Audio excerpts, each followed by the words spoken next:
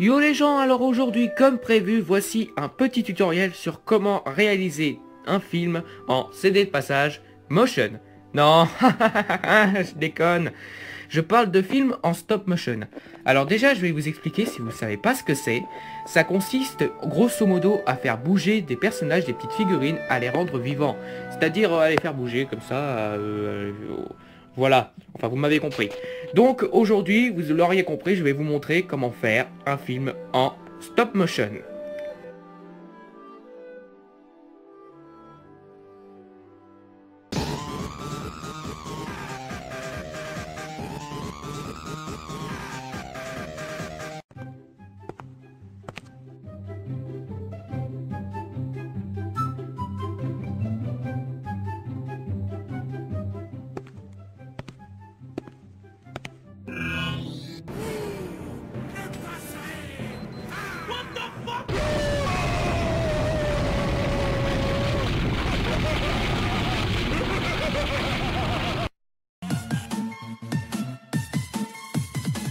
Alors déjà, dans un premier temps, il faut écrire le scénario.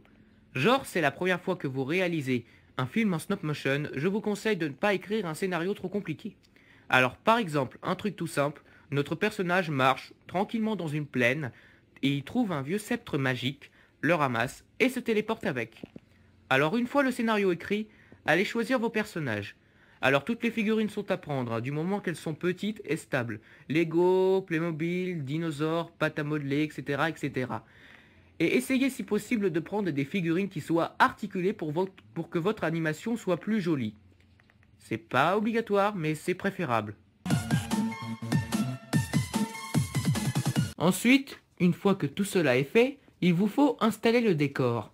Je vous conseille de prendre un décor simple pour pas trop perdre de temps à installer tout le bazar qui va avec.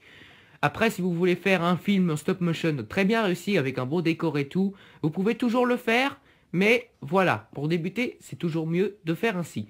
Alors par exemple, prenez comme moi un simple mur comme ça où il n'y a presque pas de couleur dessus, ou alors posez une pancarte devant où il n'y a presque rien dessus également, pour éviter surtout que votre décor se distingue que votre personnage.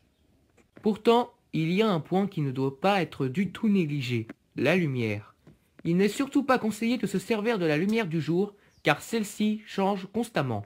Après, vous pouvez, mais dans ces cas-là, je vous conseille d'attendre que le temps soit nuageux pour pouvoir tourner votre film, car c'est là où la lumière a le moins de chances de changer. Enfin, ça peut arriver, mais il y a plus de chances que vous ayez à peu près un montage parfait.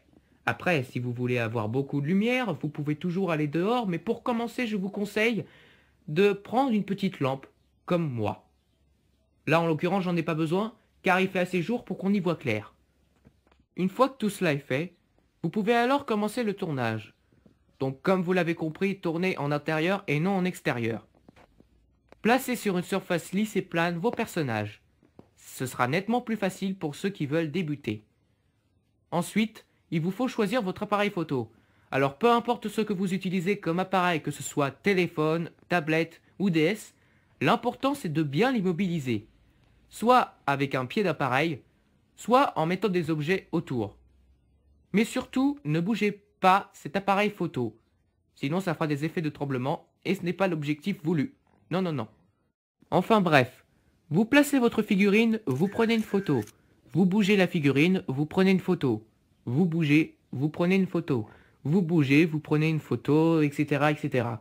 Essayez de ne pas trop bouger la figurine pour avoir un aperçu plus fluide de ce que vous faites. Car cela influe aussi sur le montage, vous allez voir tout à l'heure pourquoi. Et voilà.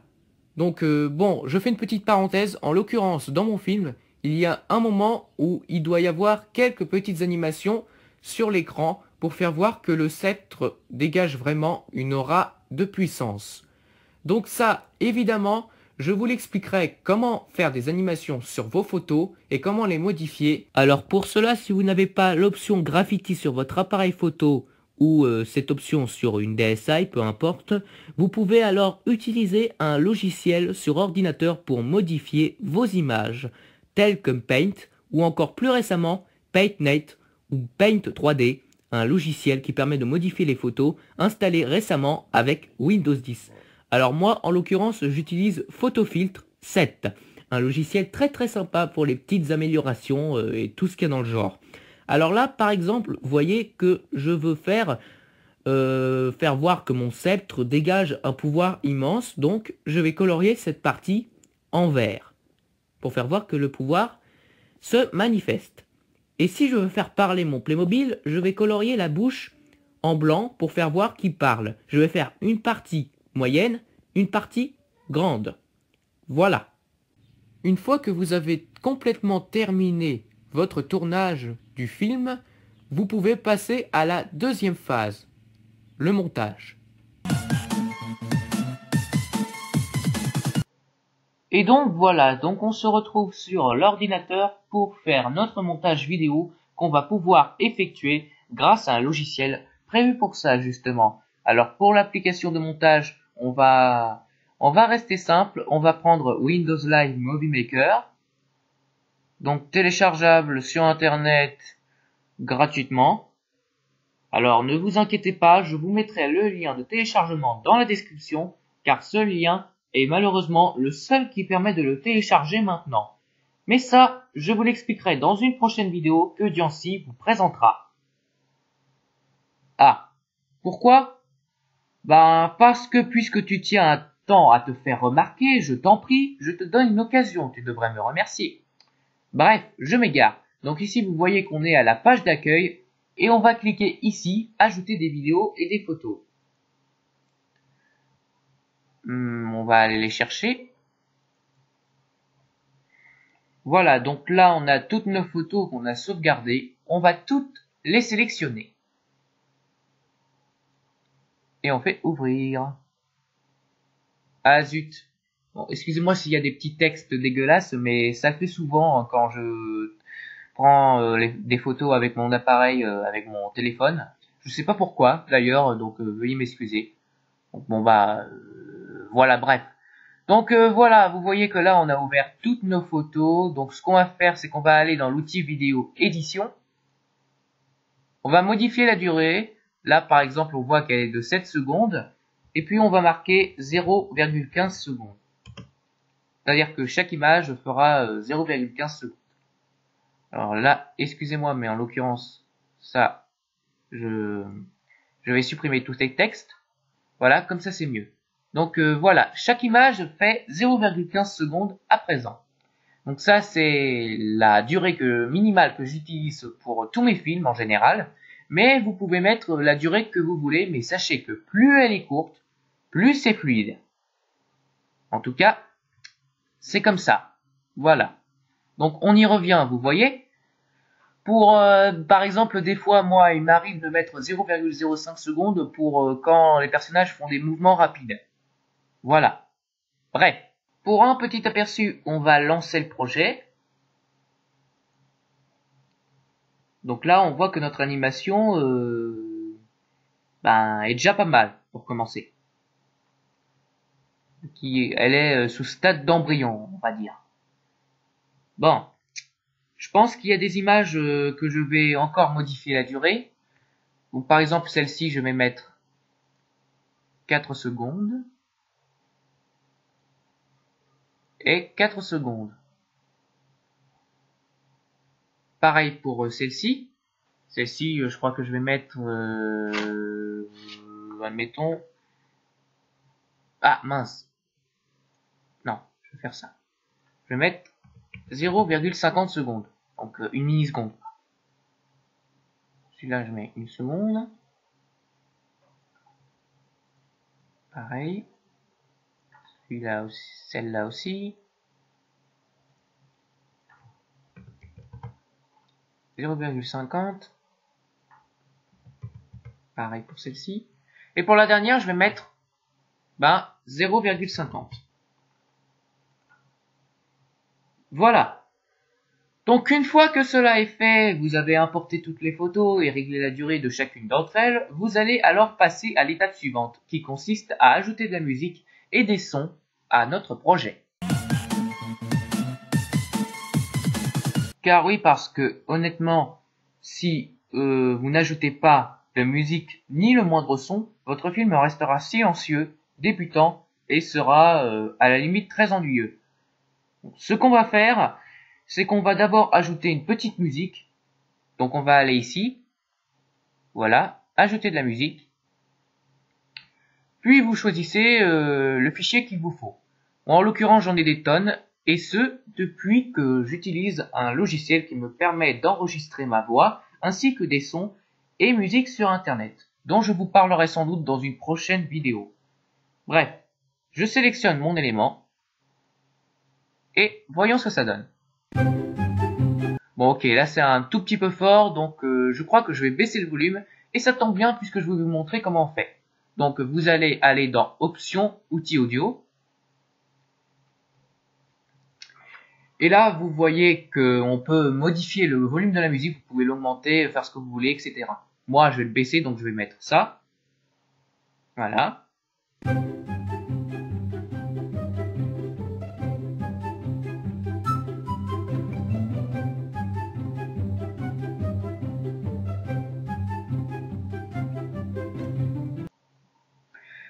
Bon, ok, ça c'est fait. Bon, là, je vais pas utiliser toute ma piste de musique, donc je vais la couper. Donc, pour ce faire, comment on fait? Donc, c'est assez simple. En fait, vous partez du moment où vous voulez couper votre fichier, votre musique ou votre image, etc. Ça marche pour les deux. Bref, vous allez au moment où vous voulez couper, vous faites clic droit et vous cliquez sur fractionner. Et puis là, vous voyez que vous n'avez non plus un, mais deux fichiers.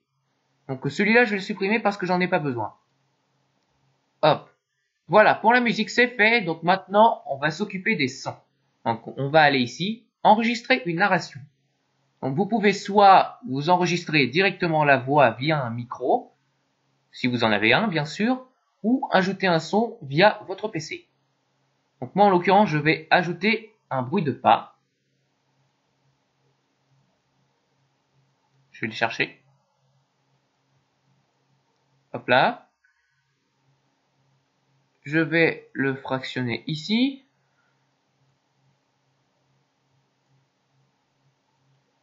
Et le refractionner ici. Pareil ici, je vais ajouter un autre son.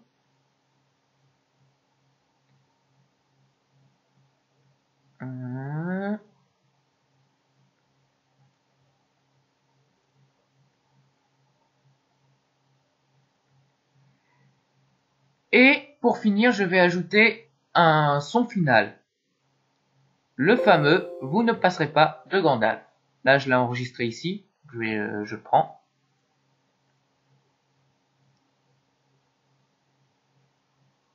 Voilà. Hop, je l'ajuste bien. Voilà, je l'ai bien ajusté là. Et voilà ce qui nous donne notre petit film en stop motion qui est terminé.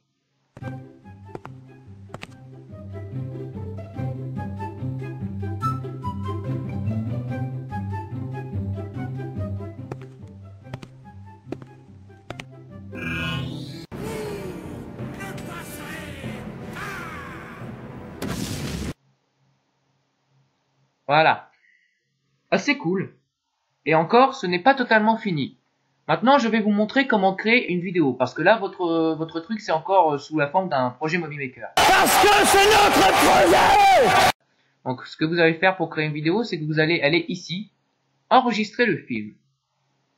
Donc là, vous mettez le titre de votre film, par exemple, Osanlo interprète Vous ne passerez pas pour mon tuto. Mince, je fais n'importe quoi. Veuillez m'excuser. Et vous faites enregistrer. Donc là, il est en train d'enregistrer, donc faut attendre un petit peu. Et puis, ça dépend de la longueur de votre film, tout simplement. Voilà. Bon, là, il vous affiche une petite fenêtre, donc là, vous cliquez sur fermer. Si vous voulez enregistrer le projet, vous pouvez faire oui, puis vous mettez le nom de votre projet, tout simplement. Voilà, terminé. Alors la première phase est finie, donc ne partez pas, car maintenant que nous avons notre film en fichier vidéo, je vais vous montrer comment ajouter des effets spéciaux et des transitions. C'est l'étape suivante et on y vient. Bon, ok. Cette étape-là, en l'occurrence, je l'applique à la fin car je trouve que c'est plus facile de l'effectuer sur des fichiers vidéo que sur des photos. Mais en soi, vous pouvez le faire comme vous voulez, du moment que vous avez ce logiciel. Bref, on va réouvrir Windows Live Movie Maker et je vais aussi réouvrir notre film qui est maintenant sous forme d'un fichier vidéo. Donc on fait la même manip que tout à l'heure, on l'ouvre. Voilà. Donc petit réglage, alors je vais vous demander d'attendre un peu.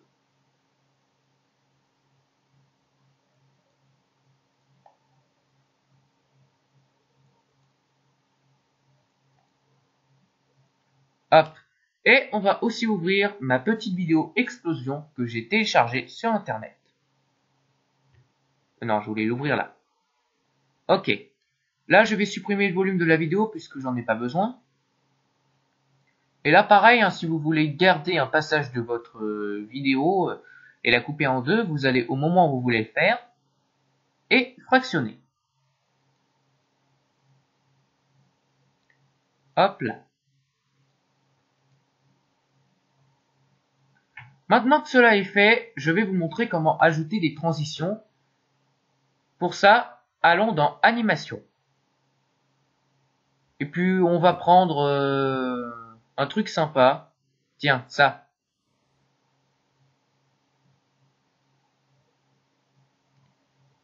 Et pour d'autres effets spéciaux, on peut aller aussi dans Effets visuels. Vous pouvez mettre votre vidéo en noir et blanc, etc. Tout ce que vous voulez. Alors moi, par exemple, je vais mettre la vidéo qui clignote. Tiens, j'aime bien ça. Voilà.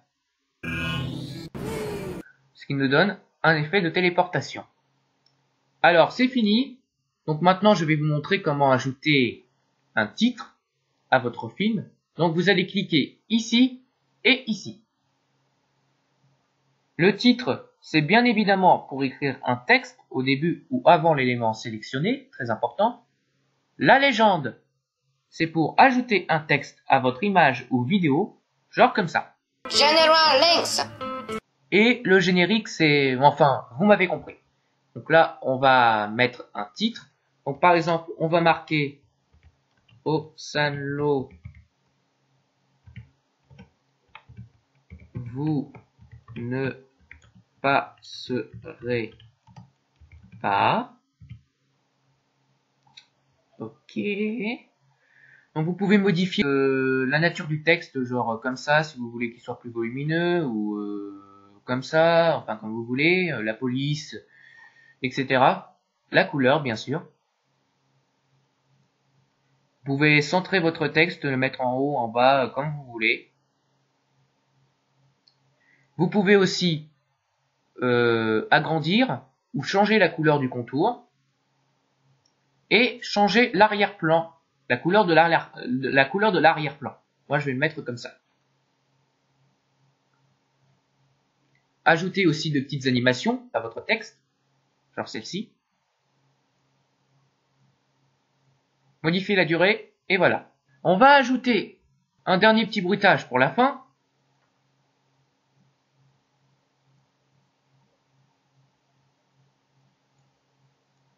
C'est pas là. C'est là. Voilà.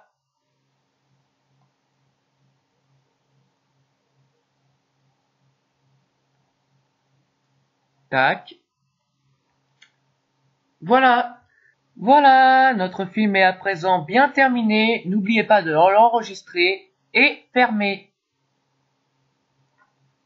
Donc c'est bon, vous savez enfin comment faire une bonne animation en stop motion et encore celle-ci était très simple.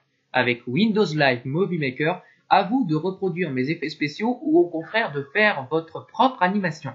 Après, ce logiciel est vraiment indispensable si vous voulez faire du stop motion.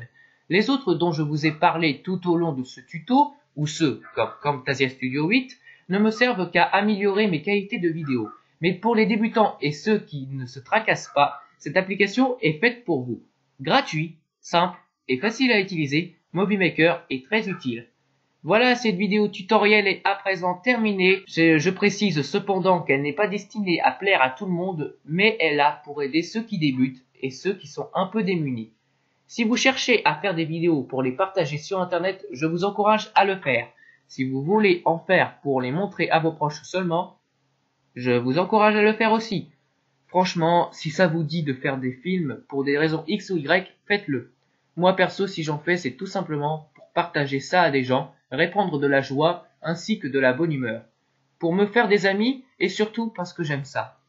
C'est pour ça que je vous encourage à le faire. Si la vidéo vous a plu, n'hésitez pas à cliquer sur le pouce en l'air, à la partager, pour tes potes s'ils veulent me découvrir, à commenter pour me dire votre avis et éventuellement à vous abonner à la chaîne si ce n'est pas déjà fait. Sur ce, je vous dis à la prochaine pour une prochaine vidéo sur ma chaîne et j'espère à très vite pour un prochain tutoriel. Cela fait maintenant longtemps que le dernier est sorti. Bonne rentrée à tous et bye tout le monde! Vous m'aviez manqué.